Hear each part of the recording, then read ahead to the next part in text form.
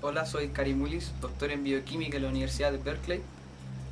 Actualmente trabajo en un proyecto propio de inmunidad químicamente programada, muy inspirado en mi proyecto anterior de síntesis de oligonucleótidos y trabajo con DNA.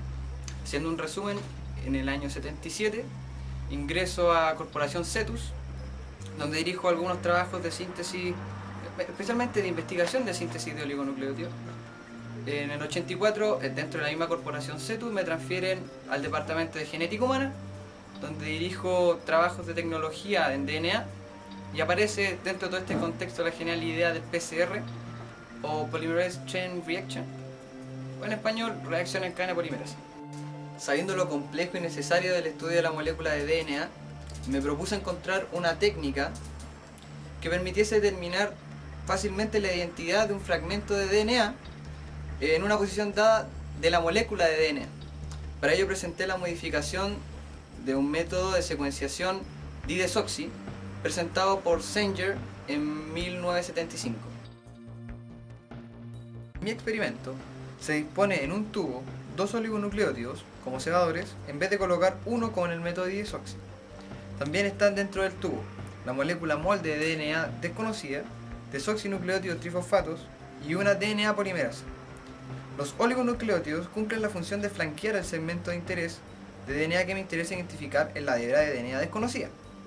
Por lo tanto, son secuencias específicas que marcan un fragmento específico. Luego la solución se somete a ciclos de variación de temperatura en 3 pasos. El primero, a una temperatura cercana a 95 grados Celsius, donde se produce la desnaturalización de la hebra molde, que en otras palabras es la apertura y separación de la doble hebra. El segundo paso se presenta cuando, al descender la temperatura, quedando en 50 grados Celsius aproximadamente, ocurre la hibridación de la cadena de DNA con su cebador en el segmento correspondiente, para luego pasar a un tercer paso y último, en donde se sintetiza el fragmento determinado por el cebador a unos 72 grados Celsius, mediante la acción de la DNA polimerasa, la cual va añadiendo los desoxinucleótidos trifosfatos correspondientes. Dado que al final de la reacción se obtienen 2 copias por cada molécula de DNA molde de doble hebra, estas pueden ser utilizadas en la siguiente reacción como hebras molde también. Luego el número de copias posibles a partir de una molécula de DNA de doble hebra es igual a 2 a la n, donde el n es el número de veces en que se produce la reacción en cadena, es decir, el número de ciclos. Con esto explico la potencialidad de la técnica, puesto que desde una hebra molde puedo obtener una enorme cantidad de copias. En los inicios de la técnica del PCR se trabajaba con DNA polimerasa de Escherichia coli. Esta era poco eficiente ya que no era termoresistente. Esto quiere decir que se inactivaba a temperaturas muy altas. Así fue necesario el estudio de bacterias termoresistentes, en este caso el Thermus aquaticus, de la cual se aisló su DNA polimerasa, denominada Taq polimerasa, la cual permitía exponerlo a temperaturas altas, tal cual en los pasos anteriormente dados, y que la reacción fuera eficiente. Que sea eficaz significa que mejora la especificidad, el rendimiento, la sensibilidad y la longitud de los productos que van a ser amplificados. Esta técnica de amplificación de fragmentos de DNA es posible trabajar con muestras de baja calidad o de las que se dispone muy poca cantidad, cosa que no era posible hacer con las técnicas anteriores.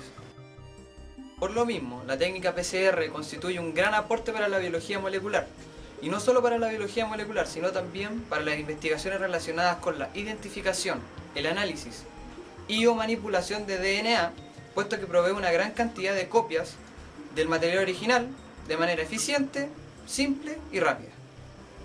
En efecto, dentro de las aplicaciones puedo mencionar la identificación de un oncogen, que prevé un posible cáncer y así diagnosticar un cáncer temprano. Además podemos identificar enfermedades hereditarias o infecciosas. Por otra parte, es posible el desarrollo de la investigación bioantropológica y paleobiológica a partir de muestras antiguas, el peritaje forense mediante muestras de baja calidad y en la industria para la generación de productos transgénicos. Incluso el desarrollo del programa Genoma Humano no hubiese sido posible sin PCR. Una vez que eres experto en una cosa, no sientas que es la única cosa en la que serás un experto.